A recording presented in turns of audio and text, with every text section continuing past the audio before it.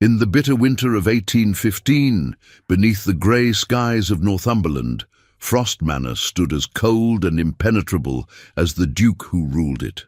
Alexander Greystone, the Duke of Ashford, had locked his heart away the day his parents died, leaving him to raise his younger sister alone. But Lady Evelyn's grief had become a prison of silence, and no physician could cure what ailed her soul. In desperation, the Duke did something unthinkable. He hired a companion of modest birth, a woman whose very presence would challenge everything he believed about duty, control, and the walls he'd built around his frozen heart. What he didn't know was that Miss Clara Langford's laughter would become the fire that threatened to burn down every defense he'd spent years constructing. If you're listening to this story, don't forget to click the like button, subscribe to the channel, and tell me in the comments which part of the world you're listening from. I want to know how far it has traveled. Frost Manor loomed against the winter sky like a monument to sorrow itself. Its grey stone walls, covered in bare ivy vines, seemed to absorb what little light the December sun offered. Inside, the corridors echoed with emptiness, and the servants moved like ghosts, careful not to disturb the oppressive silence that had settled over the estate like a shroud. Alexander Greystone, the 5th Duke of Ashford, stood in his study, staring out at the frozen gardens below. At 30 years of age, he was considered one of the most eligible and most unapproachable men in England. His dark hair, always perfectly groomed, framed a face that might have been handsome if not for the perpetual severity of his expression. His grey eyes, the colour of winter storms, held no warmth, no invitation. He had been 25 when his parents perished in a carriage accident, leaving him guardian to his 15-year-old sister, Evelyn. 5 years had passed since that terrible day, and while Alexander had mastered the duties of his title with cold efficiency, Evelyn had never recovered. She had retreated into a world of silence, spending her days in her chambers, refusing visitors, barely eating. The sparkle that had once defined the vivacious girl had been extinguished, replaced by a hollow-eyed ghost who stared out windows at nothing. "Your Grace," his butler Morrison announced from the doorway, his voice carefully neutral. "Dr. Pemberton has arrived." Alexander turned from the window, his jaw tight. "Show him in." Dr. Pemberton entered, a portly man in his 60s with kind eyes that had seen too much suffering. He bowed respectfully. "Your Grace, I've examined Lady Evelyn as you requested." "And?" Alexander's voice was clipped, betraying none of the anxiety that coiled in his chest. "Physically, she remains weak from poor appetite, but there is no illness I can treat with medicine." The doctor hesitated, choosing his words carefully. "Her affliction is of the spirit, Your Grace. She needs something beyond what I can prescribe. She needs companionship, someone young, warm, someone who might coax her back into the world of the living." Alexander's expression hardened. "I have hired 3 companions in the past 2 years. Evelyn refuses to speak to them. They accomplish nothing. Perhaps," Dr. Pemberton ventured carefully, "you have been hiring the wrong sort of companion. Ladies of quality, educated governesses. They approach Lady Evelyn with deference and propriety. What she needs is someone genuine, someone who can reach past her walls with authenticity rather than decorum. You're suggesting I hire someone common?" The distaste in Alexander's voice was evident. "I'm suggesting you hire someone real, Your Grace.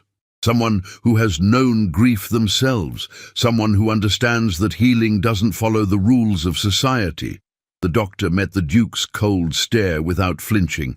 "There's a young woman in the village, Miss Clara Langford. She's the vicar's daughter, lost her own mother 3 years ago.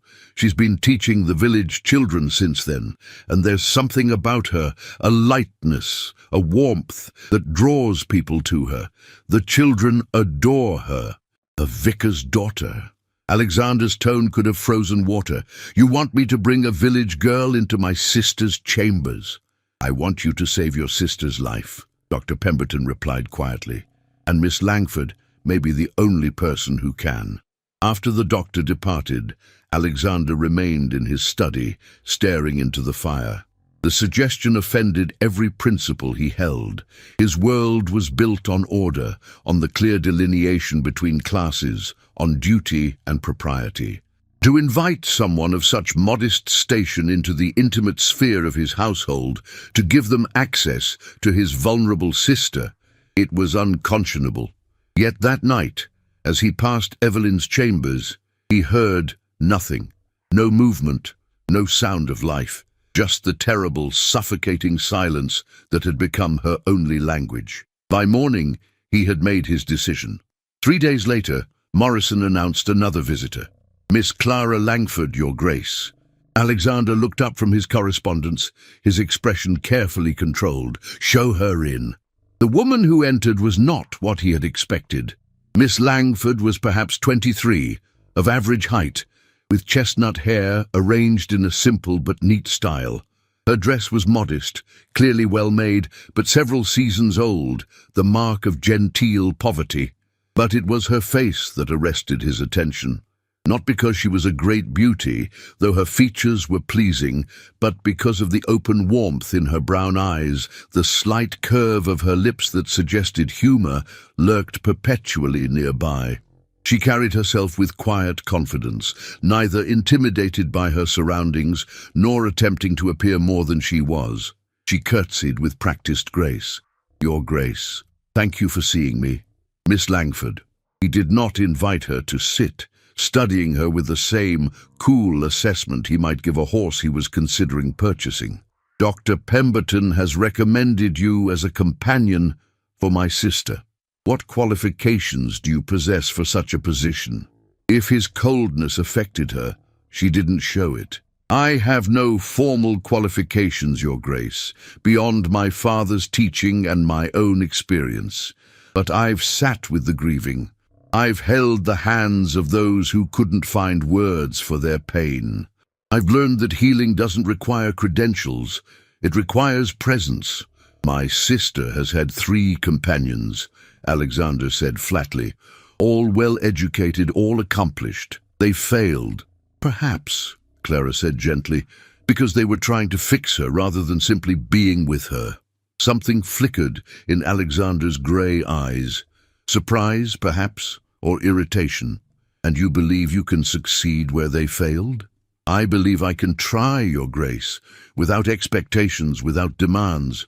Sometimes the greatest gift we can offer someone in pain is simply companionship, not instruction, not improvement, just presence." Alexander was silent for a long moment. Everything in his being rebelled against this choice. She was too common, too unconventional, too warm. In his cold, ordered world, she would be like a flame introduced to frost, unpredictable, potentially destructive. And yet, Evelyn was dying by inches in her silence. "You will have 1 month," he said finally, his voice hard. "You will attend my sister daily, from 9 in the morning until 5 in the evening. You will take your meals in the servants' hall. You will not discuss family matters with anyone outside this house. You will address my sister as Lady Evelyn at all times, and you will remember your place. Is that understood?" Clara's chin lifted slightly, and for a moment he saw steel beneath the warmth. "Perfectly, Your Grace. Though I should tell you, if Lady Evelyn asks me to call her simply Evelyn, I will honor her wishes. Healing requires trust, and trust requires some equality, even between a lady and a vicar's daughter." Alexander's jaw tightened. No one contradicted him. No one challenged his directives. He should dismiss her immediately for such impertinence. Instead, he found himself saying, 1 month, Miss Langford. Do not waste it." As she left his study, Alexander returned to the window, watching her small figure cross the courtyard toward the servants' entrance. He felt a strange unease, as if he had just set something in motion that he could not control. In her tower chambers, Lady Evelyn Greystone sat in her window seat, staring at the frozen lake beyond the gardens, and felt nothing at all. Clara began her work the following Monday, arriving at Frost Manor as the winter sun cast long shadows across the frost-covered grounds. Morrison led her through corridors that seemed designed to intimidate. past portraits of stern-faced Greystones, who stared down with the same cold disapproval she'd seen in the current Duke's eyes. Lady Evelyn's chambers were in the East Wing, a suite of rooms that might have been beautiful if they weren't shrouded in shadows. The curtains were drawn against the weak daylight, and the air held the stale quality of a space where windows were never opened. Morrison knocked softly. "Lady Evelyn, Miss Langford has arrived." There was no response. The butler opened the door, revealing a sitting room furnished in faded elegance. Through an open doorway, Clara could see into a bedchamber where a young woman sat motionless in a window seat, wrapped in shawls, despite the fire burning in the hearth. "Lady Evelyn rarely speaks," Morrison whispered to Clara. "She takes no breakfast. Cook sends up a tray at noon and supper at 7, but she eats little. The previous companions tried reading to her, playing the pianoforte, teaching her needlework. Nothing worked. His Grace will check on your progress each evening." Clara nodded, and Morrison withdrew, closing the door with a soft click that sounded like a prison lock. For a long moment, Clara simply stood there, studying the girl by the window.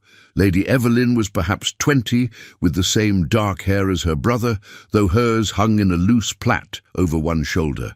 She had the pale, translucent quality of someone who rarely saw sunlight, and her grey eyes, so like the Duke's, stared out at nothing with complete emptiness. Clara didn't approach immediately. Instead, she moved quietly to the other window and pulled back the curtains, letting winter light flood the room. "I know you didn't ask for me," Clara said conversationally, as if they were old friends catching up.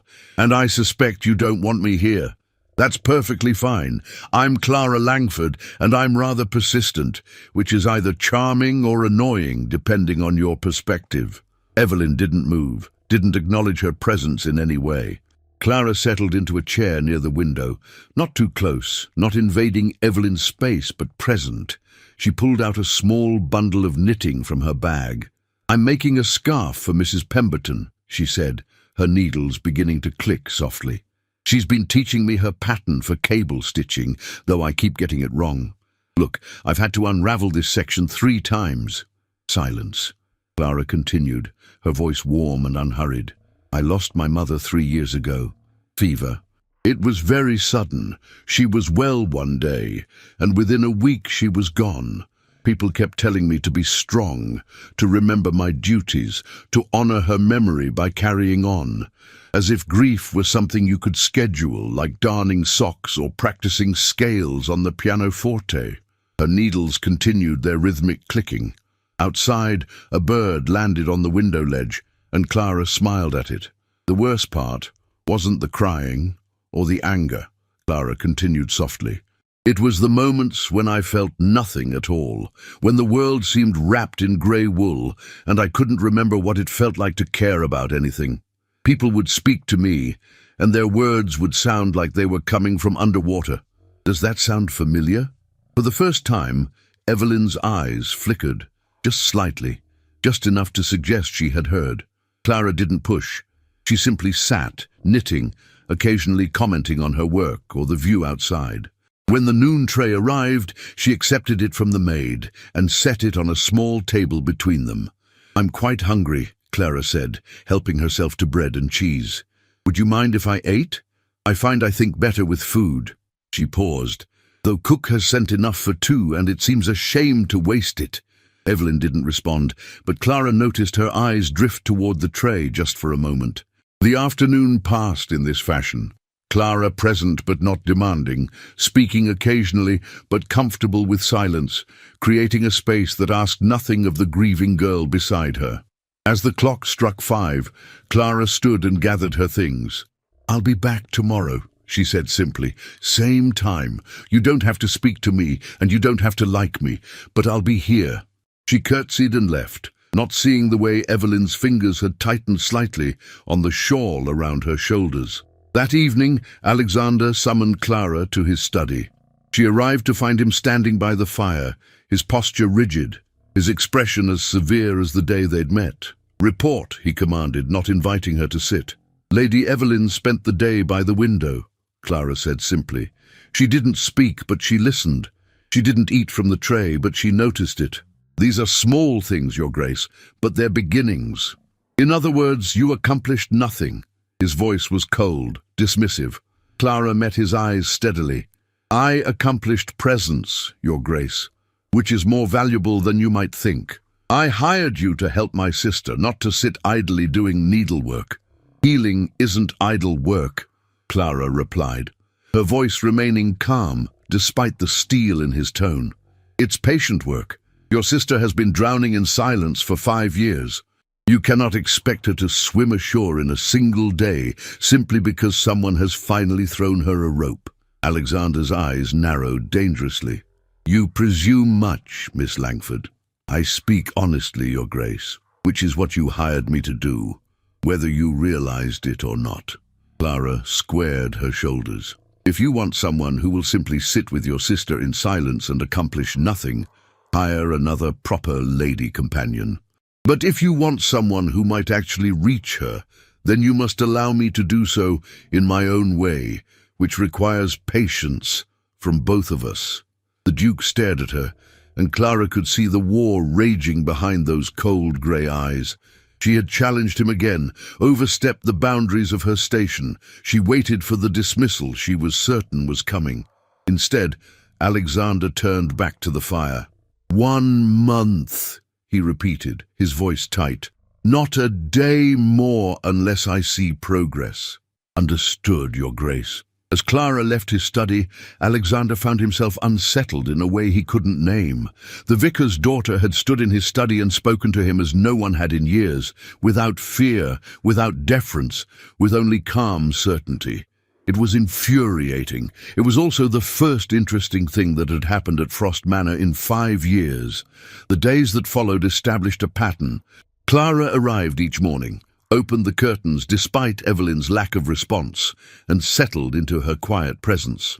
She spoke occasionally about her father's sermons, about the village children she taught, about books she was reading, but she never demanded answers. She never pushed. On the 4th day, as Clara was describing a particularly disastrous attempt at baking bread that had resulted in something resembling a stone, she heard it, a sound, the faintest breath of something that might, with encouragement, have become a laugh. Clara looked up to find Evelyn's lips had curved ever so slightly, and the emptiness in her eyes had flickered with something that might have been amusement. "I know," Clara said, her heart soaring but her voice remaining casual.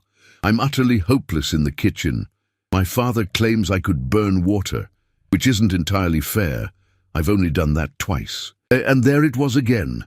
That faint whisper of sound, like the first bird of spring testing its voice after winter. That evening, when Alexander asked for her report, Clara simply said, "She smiled today, Your Grace. Just for a moment, but it was there." Alexander's expression didn't change, but something in his eyes shifted. "Continue," he said, and it sounded almost like approval. By the end of the 2nd week, Evelyn was eating small portions from her tray, while Clara ate beside her.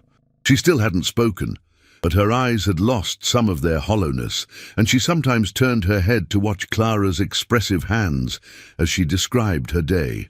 On the 15th day, as Clara was telling a story about one of her young students mistaking the word disciple for pineapple during a Bible lesson, leading to a very confused reading about Jesus and his 12 pineapples, Evelyn laughed. It was soft, rusty from disuse, but it was unmistakably a laugh. Clara paused, her heart hammering, but she didn't make a grand moment of it. She simply smiled and continued her story, as if the sound of Evelyn's laughter was the most natural thing in the world. When Alexander heard the sound echoing faintly from his sister's chambers that afternoon, he stopped mid-stride in the corridor, his hand frozen on the door handle of his study. Laughter. His sister was laughing. He stood there, listening to that rusty, beautiful sound, and felt something crack in the fortress he'd built around his heart. Just the smallest fissure, but a crack nonetheless. When he saw Miss Langford leaving that evening, he called to her from the top of the stairs, "Miss Langford!" She turned, looking up at him with those warm brown eyes. "She laughed today," he said, and his voice was rough, uncertain. "Yes, Your Grace," Clara replied simply. She did. How did you... He stopped, unable to finish the question. Clara smiled, and it transformed her face into something luminous. I reminded her that the world still holds joy, Your Grace, even in the midst of sorrow. Sometimes we just need someone to show us where to look. As she left, Alexander remained on the stairs, staring after her, feeling the ice around his heart just beginning, to thaw. The transformation in Lady Evelyn, though gradual, was undeniable. By the third week, she had begun to speak, hesitant at first, just single words in response to Clara's gentle questions, then short sentences, and finally hesitant conversations that grew longer each day. Clara learned that Evelyn loved poetry, but hadn't read any since her parents' death. She learned that Evelyn had once dreamed of traveling to Italy to see the art galleries, but had abandoned all dreams when tragedy struck. She learned that Evelyn felt guilty for her grief, as if by mourning too long she was failing her brother, who had sacrificed everything to care for her. "He never smiles," Evelyn said one afternoon, her voice soft and sad. "I don't think I've seen him truly smile in 5 years. He's turned himself into stone for my sake, and I hate that I needed him to." "Perhaps," Clara said gently, "he needed to be stoned to survive his own grief, not just for you, for himself as well. Duty can be a kind of armor, you know. It protects us when we're too wounded to face the world undefended." "Do you think he'll ever be warm again?" Evelyn asked, genuine worry in her eyes. Clara considered this. "I think warmth is like spring, Lady Evelyn. It doesn't arrive all at once. It comes in small moments, a patch of sunlight, a single flower, a day when the wind isn't quite so bitter. Perhaps your brother just needs reminding that winter doesn't last forever." "Witties." As Evelyn began to emerge from her darkness, Clara's days at Frost Manor expanded beyond the tower chambers. Evelyn wanted to walk in the gardens, so Clara accompanied her on short strolls along the frost-covered paths. Evelyn wanted to try watercolours again, so Clara sat with her in the morning room, attempting to paint alongside her, despite having no artistic talent whatsoever. "That's supposed to be a rose?" Evelyn said one morning, staring at Clara's canvas with barely suppressed amusement. "It's an abstract interpretation of a rose," Clara replied with dignity. "Very modern, very avant-garde. It looks like a red blob ate a green stick and is having regrets." Clara gasped in mock offence, but her eyes danced with delight. "You wound me, my lady. I'll have you know this is my masterpiece." Evelyn laughed, a real, full laugh, and the sound echoed through the morning room like bells. Neither of them noticed Alexander standing in the doorway, watching them. He had come to check on his sister's progress, as had become his habit, but he found himself arrested by the scene before him. Evelyn, actually painting, her face animated in a way he hadn't seen in 5 years, and Miss Langford, covered in paint smudges, making ridiculous claims about her terrible artwork with such cheerful conviction that even he felt his lips twitch. When Clara finally noticed him, she stood quickly, her expression shifting to proper deference. "Your Grace, forgive me, I didn't hear you arrive." But Evelyn's smile didn't fade. "Alexander, come look at Miss Langford's painting. She claims it's a rose, but I think it's actually a mysterious creature from the deep." Something flickered across Alexander's face, surprise perhaps at hearing his sister speak to him with such lightness. He stepped into the room, his gaze moving to Clara's canvas. "That is..." He paused, and Clara braced herself for cutting commentary. "Certainly abstract." "You see," Clara said to Evelyn, "His Grace recognizes artistic innovation when he sees it." "I said it was abstract," Alexander replied dryly. "I did not say it was good." Evelyn giggled, and Clara's eyes widened with delighted shock at the Duke's unexpected humour. Alexander's gaze met Clara's, and for just a moment something passed between them. An acknowledgement, a shared pleasure in Evelyn's happiness, a connection that neither had expected. Then his expression shuttered again, the familiar coldness descending. "Continue your lesson. I merely came to see that you were both well."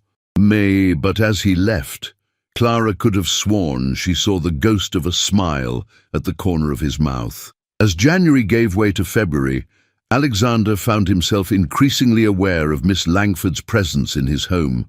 He would hear her laughter echoing from the morning room, or catch glimpses of her walking with Evelyn in the gardens, animated in conversation. The servants spoke of her with warmth. She remembered their names, asked after their families, never stood on ceremony in the servants' hall. She was, in every way, inappropriate for his household, and yet she had accomplished what no one else could. Evelyn was alive again, truly alive, not merely existing. She ate properly now, spoke freely, even made plans for the future. Dr. Pemberton declared it a miracle. Alexander knew it wasn't a miracle. It was Clara Langford. One evening, as he stood in his study reviewing estate documents, he heard voices in the hall. Evelyn and Clara saying goodbye for the day.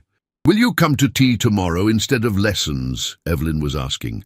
"As a friend, not a companion." "I would be honored," Clara replied warmly, "though I should warn you my tea manners are suspect. I tend to gesture too much and nearly spill things." "Good. Alexander's tea parties are always dreadfully proper. We could use some chaos."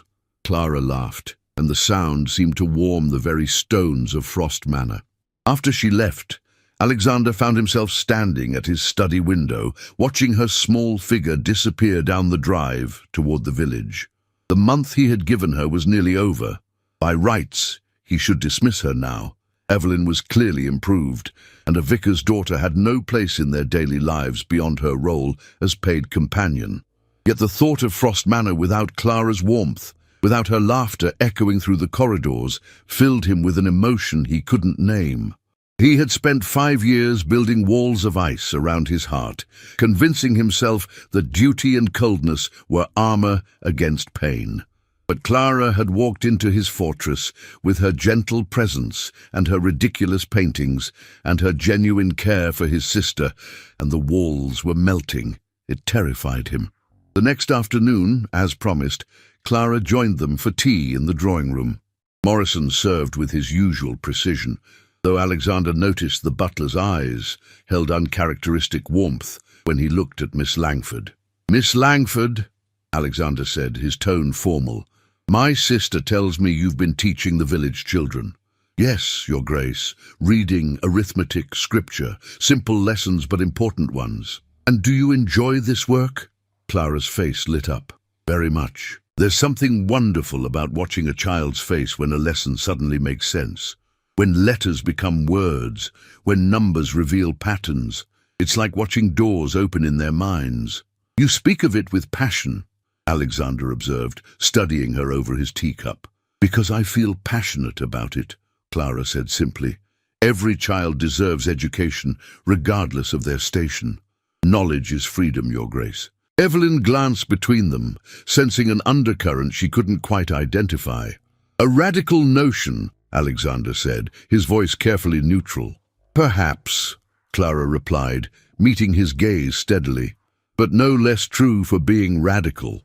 Something sparked in Alexander's grey eyes, challenge, interest, something he hadn't felt in years. Later that evening, after Clara had departed and Evelyn had retired, Alexander stood in his study, staring into the fire. He was feeling things he had thought dead. Curiosity, interest, something else he refused to name. Miss Clara Langford, with her modest dress and her warm eyes and her radical notions about education, had become far more dangerous to his carefully ordered world than he had ever imagined.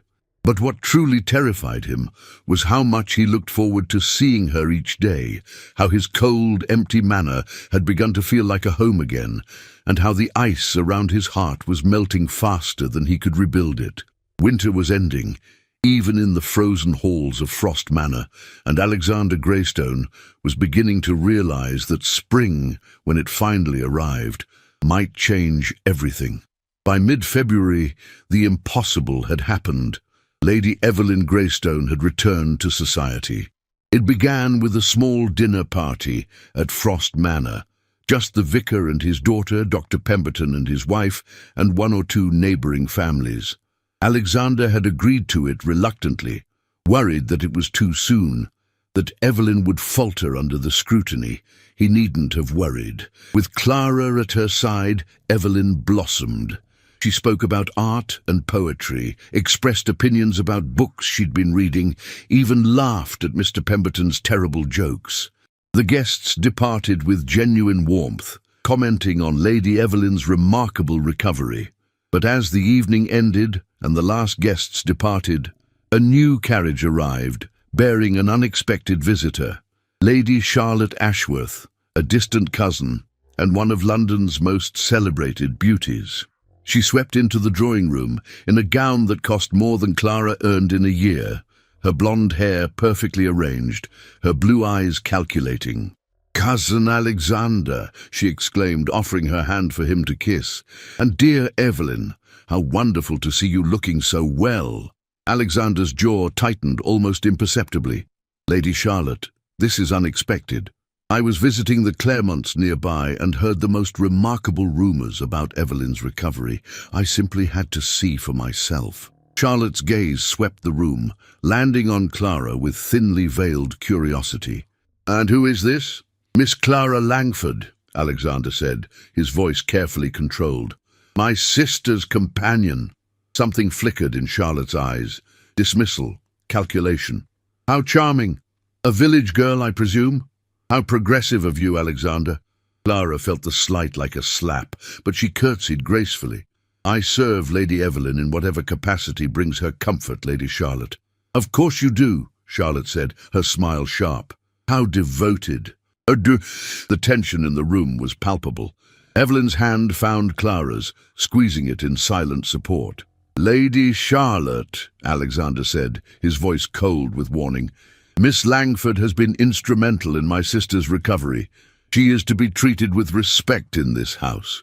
Charlotte's eyebrows rose. "My dear Alexander, I meant no offense. I merely find it fascinating that you've allowed someone of such modest station, such intimate access to your family." "Perhaps," Clara said quietly, her voice steady despite the rising color in her cheeks. "That is because healing requires humanity, not pedigree. Lady Evelyn needed a friend, not another reminder of society's expectations." Charlotte's smile turned glacial. "How very democratic of you." "That's enough," Alexander said, his voice like ice. "Charlotte, you've had a long journey. Morrison will show you to your chambers. We can continue this conversation when you're rested."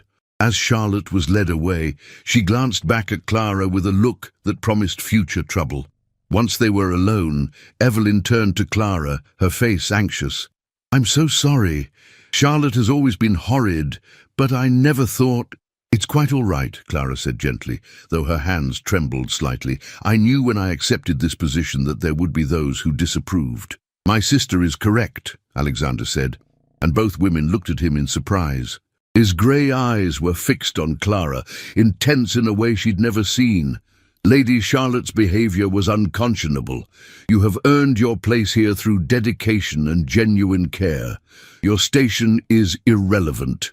Clara's breath caught at the intensity in his gaze, at the unexpected defense from the man who had been so cold to her just weeks ago.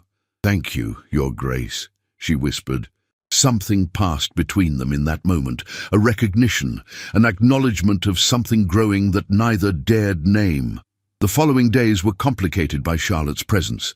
She inserted herself into every activity, monopolizing Alexander's time with discussions of London society, mutual acquaintances, and thinly veiled hints about her own eligibility. She treated Clara with calculated courtesy that barely masked contempt, and made certain that Clara was reminded constantly of her inferior status. During one afternoon tea, Charlotte turned to Clara with a patronizing smile. "Miss Langford, you must find our conversations about London terribly dull. I imagine village life offers such simple pleasures." "I find contentment in meaningful work," Clara replied evenly, "which I suspect is something anyone can understand, regardless of whether they reside in a village or a city." "How quaint," Charlotte said. "Alexander, do you remember the Worthington Ball last season? When Lord Hartley proposed to Lady Anne right there in the middle of the waltz, it was the event of the season. Alexander's expression was unreadable. I remember it was considered rather gauche, actually. Charlotte laughed, a calculated sound. You always were so particular about propriety. It's one of your most admirable qualities. You always know exactly where everyone belongs. The barb was aimed at Clara, and it hit its mark. Clara excused herself shortly after, claiming she needed to prepare lessons for the village children the next day. Evelyn found her in the morning room a few minutes later, staring out at the gardens with unusual stillness. "Please don't let Charlotte drive you away," Evelyn said urgently. "She's dreadful, but she'll be gone soon." "It's not about Lady Charlotte," Clara said softly. "It's about reality. She's right, you know. I don't belong in this world. I've been playing at being something I'm not."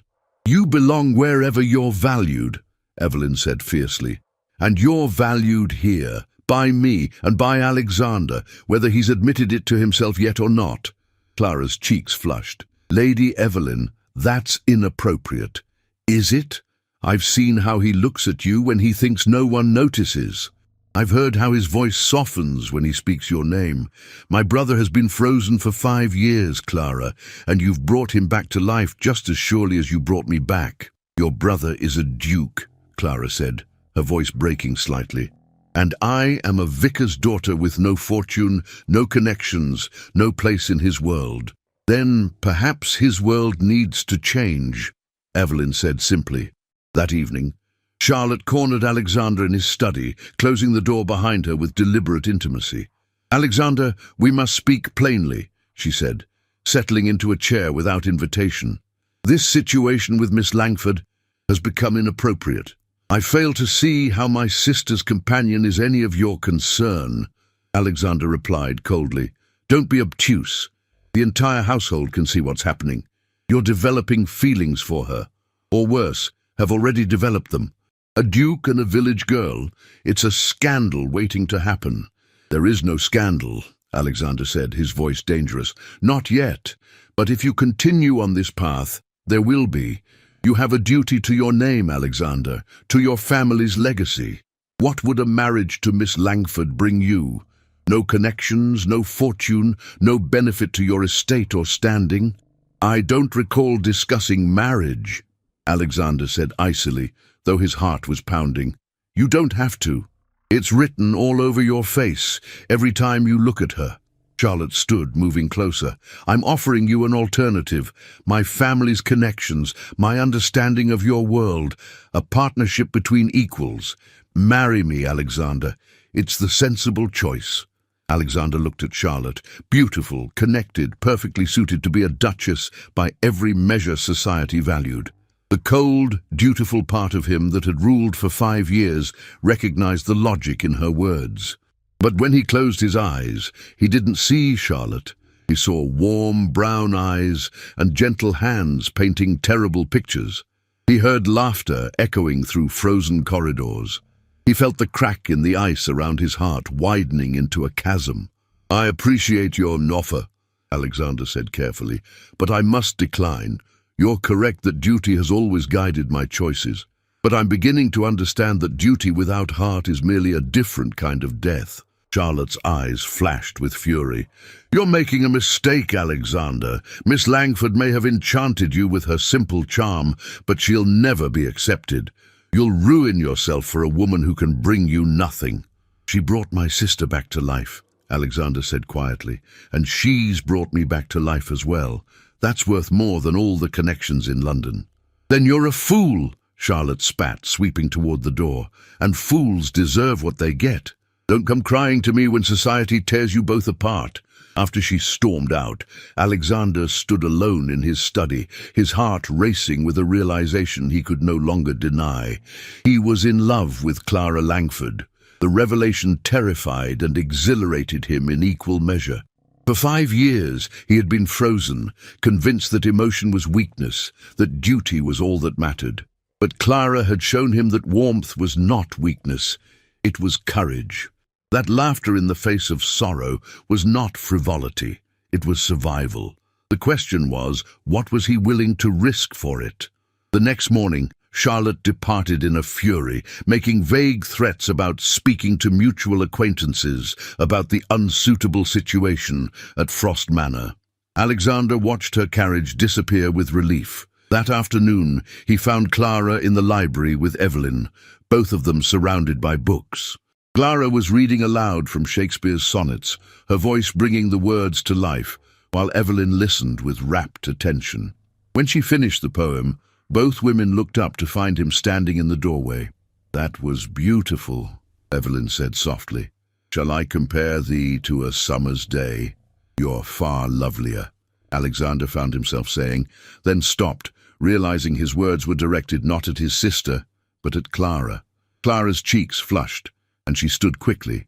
"Your Grace, I should—" "Stay," Alexander said, the word coming out rougher than he intended. "Please, I would like to speak with you both." He stepped into the library, and for the first time in 5 years allowed himself to be vulnerable. "I owe you both an apology," he said quietly. "Evelyn, I spent 5 years trying to protect you by freezing my own heart, thinking that coldness would make me strong enough to bear anything. I was wrong. I became stone, and in doing so, I trapped us both in winter." "Alexander," Evelyn began, but he held up a hand. "And Miss Langford, Clara," the use of her first name made her breath catch. "You came into our frozen world with warmth and laughter and refused to let the cold extinguish your light. You saved my sister, but more than that, you reminded me that life without warmth is not life at all. It's merely existence." "Your Grace," Clara whispered, tears glistening in her eyes. "I don't know what the future holds," Alexander continued, taking a step closer to her. "I don't know how to navigate these feelings while honoring my duties, but I do know one thing. I refuse to return to winter. Not now. Not after experiencing spring." Evelyn smiled through her own tears. "It's about time, brother." Clara looked between them, her heart soaring, even as her practical mind warned her of the impossibilities ahead. A duke and a vicar's daughter, it was the stuff of fairy tales, not reality. But as Alexander's grey eyes met hers, warm for the first time since she'd known him, she allowed herself to hope. Spring had come to Frost Manor at last. The weeks that followed were among the strangest of Clara's life. Alexander's admission had changed everything and nothing. He still maintained propriety in public, still addressed her formally in front of the servants, still held himself with ducal dignity. But in private moments, when they found themselves alone in the library, or walking the gardens with Evelyn, or sitting in the drawing room while his sister played the pianoforte, his walls continued to crumble. He asked about her childhood, her dreams, her thoughts on everything from poetry to politics. He shared stories of his own youth before duty had hardened him. He smiled, truly smiled, and the transformation was breathtaking. The cold, severe Duke of Ashford was becoming someone else, a man with depth and humour and a capacity for warmth that surprised even him. But the spectre of society's judgment loomed over them. Charlotte's departure had been strategic, not defeated. Within a fortnight, whispers began to reach Frost Manor. The vicar's daughter had overstepped. The Duke was besotted. The scandal was brewing. One morning, Clara arrived to find Alexander in his study, a letter clenched in his hand, his expression thunderous. "What's happened?" she asked, forgetting propriety in her concern. He looked up, and she saw something in his eyes she'd never seen before. Fear. "My aunt, the Dowager Duchess of Ashford, is arriving tomorrow. Someone has informed her of our situation." He said the last word carefully, as if testing its weight. Clara's heart sank. The Dowager Duchess was legendary, a formidable woman who had ruled London society for decades, who valued propriety above all else. "She'll demand you dismiss me," Clara said quietly. "She'll demand many things," Alexander replied, his jaw tight. "That doesn't mean I'll comply." "Your Grace!" "Alexander!" Clara stopped, struggling with emotions she had no right to feel. Perhaps she's right. Perhaps this has gone too far. Your position, your family's reputation. "Do you want to leave?" Alexander asked, standing and moving around the desk toward her. Tell me honestly, Clara. Do you want to go? What I want is irrelevant, Clara whispered. You're a duke. You're the woman I love, Alexander said, the words finally spoken aloud after weeks of dancing around them. Your station, your lack of fortune, your village upbringing, none of it matters to me.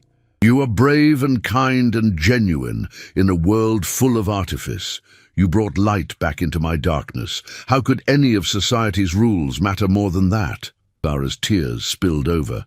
Because those rules are real, Alexander. Because a duke who marries beneath his station loses influence, loses respect. Because your children would be looked down upon, your family's name diminished. I cannot be the cause of your ruin. And I cannot return to the frozen existence I had before you, Alexander said fiercely, taking her hands in his. These past weeks, I've felt alive for the first time in 5 years. You've taught me that warmth is not weakness, that laughter is not frivolity, that love, his voice broke, love is worth more than all the cold duty in the world. But your aunt... Let me worry about my aunt, Alexander said. Tomorrow she'll arrive with all her expectations and demands. But tonight, I need you to answer one question honestly. Do you love me? Clara looked into his grey eyes, no longer cold, but blazing with emotion, and felt her careful resolutions crumble. Yes, she whispered. God help me. Yes, I love you. Alexander's kiss was gentle but desperate, a man emerging from winter into the warmth of spring, tentative but hungry for the heat. When they finally parted, both were trembling. Then we'll face whatever comes together, he said. The Dowager Duchess of Ashford arrived the next afternoon in a magnificent carriage, accompanied by a lady's maid and enough luggage to suggest an extended stay. She was 70 if she was a day, but her spine was ramrod straight, her eyes sharp as daggers, and her presence filled Frost Manor with imperious authority. Alexander greeted her in the drawing-room with Evelyn at his side. Clara had been dismissed to the servants' hall, a tactical decision to avoid immediate confrontation. "Grandmother," Evelyn said, curtsying with genuine affection despite her nervousness. "Evelyn, child, you look well," the dowager said, studying her granddaughter with approval. "I heard reports of your recovery. They appear accurate." "Thanks to Miss Langford," Evelyn said bravely. "Ah, yes, the vicar's daughter." The dowager turned her piercing gaze on Alexander. "Shall we stop pretending this is a social call? I've come because I've heard disturbing reports that you've developed an inappropriate attachment to your sister's paid companion." "The reports are accurate," Alexander said calmly. "I love her, and I intend to marry her." The dowager's expression didn't change, but something flickered in her eyes. "You intend to marry a woman with no fortune, no connections, no training in managing a duchy. Have you lost your senses?" "I've found them, actually," Alexander replied. "For 5 years, I've been exactly what you taught me to be. Cold, dutiful, proper. I've honored every expectation, followed every rule, and I've been miserable. Miss Langford has shown me that there's more to life than duty. Love is a luxury, Alexander. Duty is what sustains families like ours. Duty without heart is death," Alexander said quietly. "I've lived that death. I won't return to it." The dowager was silent for a long moment, studying her grandson with those sharp eyes. "This will cause a scandal. I know. Society will judge you harshly. I know. Some doors will close to you, to your children. I know," Alexander said, his voice steady. "And I've weighed all of it against the prospect of a lifetime with Clara. Society's doors don't matter. Love does." The dowager turned to Evelyn. "And you, child, what do you think of this madness?" "I think," Evelyn said carefully, "that Clara saved my life. I think she brought my brother back from his frozen prison. I think love matters more than pedigree. And I think if Alexander doesn't marry her, he's a fool." The corner of the dowager's mouth twitched, just slightly. "I see she's made you bold as well." She sighed, a sound of resignation. "Very well. I wish to meet this paragon who's turned my grandson into a romantic fool. Clara was summoned with trembling hands. She entered the drawing room to find the dowager seated like a queen on her throne, examining her with eyes that missed nothing. "Miss Langford, sit." Clara sat, her back straight, her hands folded, meeting the dowager's gaze with as much courage as she could muster. "My grandson tells me he loves you," the dowager said flatly. "What do you have to say to that?" "I say he deserves better than me," Clara replied honestly. "Someone who can navigate society, manage a grand estate, bring connections and fortune to his family. I can offer him none of those things. And yet I love him," Clara said, her voice breaking. "I love his kindness beneath the coldness, his dry humor, the way he loves his sister so fiercely. I love the man he's becoming as he allows himself to thaw. But I also know that love alone cannot overcome the obstacles we face." The dowager studied her for a long, excruciating moment.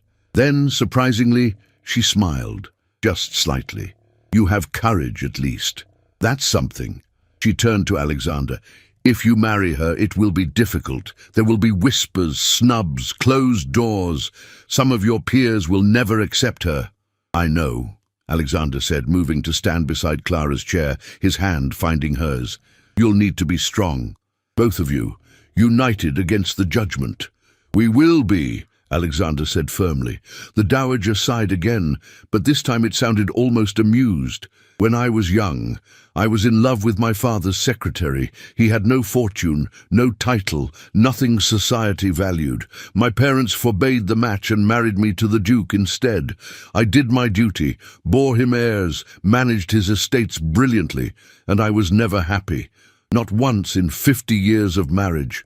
She looked at Clara with something that might have been envy. "Don't let duty steal your joy, Miss Langford. Life is shorter than you think, and regret lasts forever." Clara's eyes widened with surprise. "Your Grace, are you saying—" "I'm saying," the dowager interrupted, "that if my foolish grandson is determined to marry you, I'll not stand in his way. But," her voice turned stern, "you will need training. You'll learn estate management, social etiquette, the art of navigating society.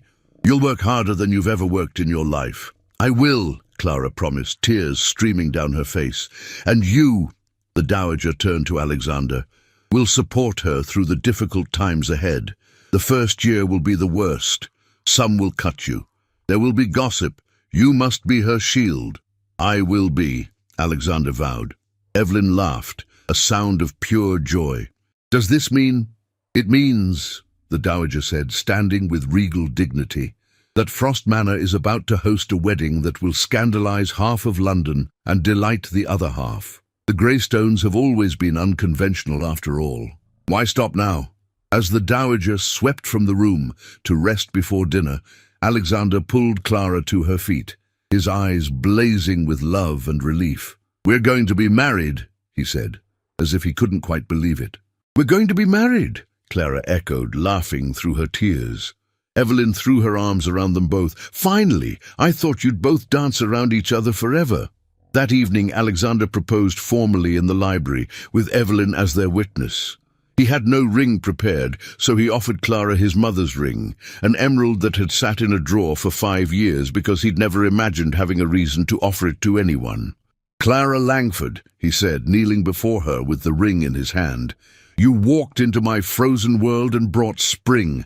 You taught me to laugh again, to feel again, to hope again. Will you marry me? Will you be my duchess, my partner, my love?" "Yes," Clara whispered. 1,000 times, yes. When he slipped the ring onto her finger, it fit perfectly, as if it had been waiting for her all along. Later that night, as Clara prepared to leave Frost Manor for the last time, as merely a companion, Alexander walked her to the door. "The next time you enter this house," he said softly, "it will be as its mistress, as my wife." "I'm still terrified," Clara admitted, "of failing you, of not being enough." "You are more than enough," Alexander said, cupping her face in his hands. "You are everything, and together we'll face whatever comes." As Clara walked home through the February twilight, the emerald ring heavy on her finger, she felt the weight of what lay ahead. But she also felt joy, pure, undiluted joy, because love had triumphed over duty, warmth had melted ice, and spring had come at last to Frost Manor. The wedding took place in early April as spring finally arrived in Northumberland. Alexander wanted a grand affair in London to make a statement about his pride in his choice, but Clara convinced him otherwise. "Let's marry in the village church," she said, "where my father can perform the ceremony, where the people who've known me all my life can witness our vows. Let's begin our marriage with authenticity, not with society's approval." Alexander agreed, though the dowager insisted on certain concessions, a wedding breakfast at Frost Manor for the local gentry, and a small notice in the London papers that would make their union official in society's eyes. The morning of the wedding dawned clear and bright, the first truly warm day after a bitter winter. The small stone church was filled with an unusual mix of people. Villagers who'd known Clara since childhood, local gentry who'd known the Greystones for generations, and a small delegation from London, including the dowager and a few of Alexander's closest friends who'd proven themselves true, despite the scandal. Clara wore a simple white gown that had belonged to her mother, altered to fit her by the village seamstress. She carried wild flowers from the fields around Frost Manor. She had no attendants beyond Evelyn, who stood beside her dressed in pale blue, her face radiant with happiness. When Clara entered the church on her father's arm, she looked up to see Alexander waiting at the altar. He was dressed impeccably, as always, but what arrested her was his expression.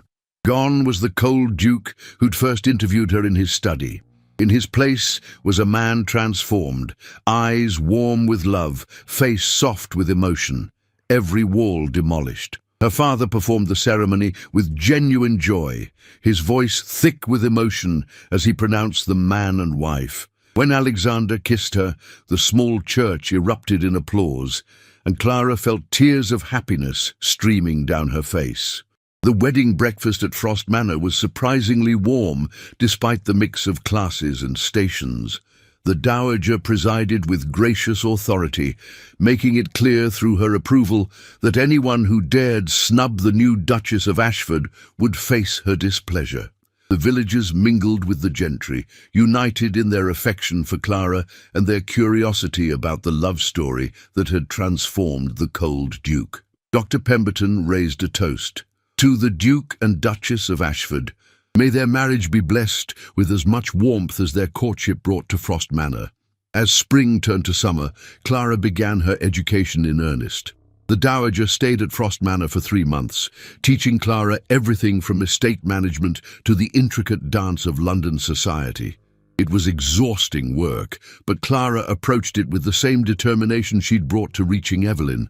"You'll never be like them," the dowager said one afternoon as they reviewed account books. "The other duchesses with their perfect pedigrees and generations of training. But you don't need to be. You have something they lack, genuineness. Use it. Let them see that a duchess can also be real." Alexander supported her through every challenge. When she made mistakes at dinner parties, he deflected attention with dry humor. When she struggled with the complexity of managing servants, he worked alongside her to learn systems that had been in place for generations. When whispers reached them from London about the unsuitable duchess, he held her close and reminded her that their opinion mattered less than their happiness. By autumn, Clara had begun to find her footing. She started a school on the estate for the children of tenants and servants, teaching them reading and arithmetic herself. The local gentry, who had been skeptical at first, began to see that the new duchess brought genuine benefits to the community. Her warmth and accessibility made Frost Manor a place of hospitality rather than cold grandeur. One October afternoon, Clara found Alexander in the library reviewing estate correspondence. She settled into the chair beside him, and he automatically reached for her hand, his attention still on his papers.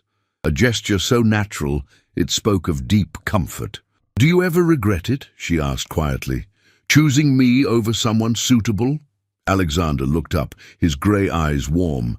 "Not even for a moment. Do you know what I was thinking about just now? Estate business? I was thinking how 5 years ago I sat in this very chair, convinced I would live my entire life in frozen duty. I had accepted that happiness wasn't for people like me. And then you walked through that door with your terrible paintings and your gentle insistence that laughter matters, and you demolished every wall I'd built. Your walls needed demolishing, Clara said, smiling. They were very dreary.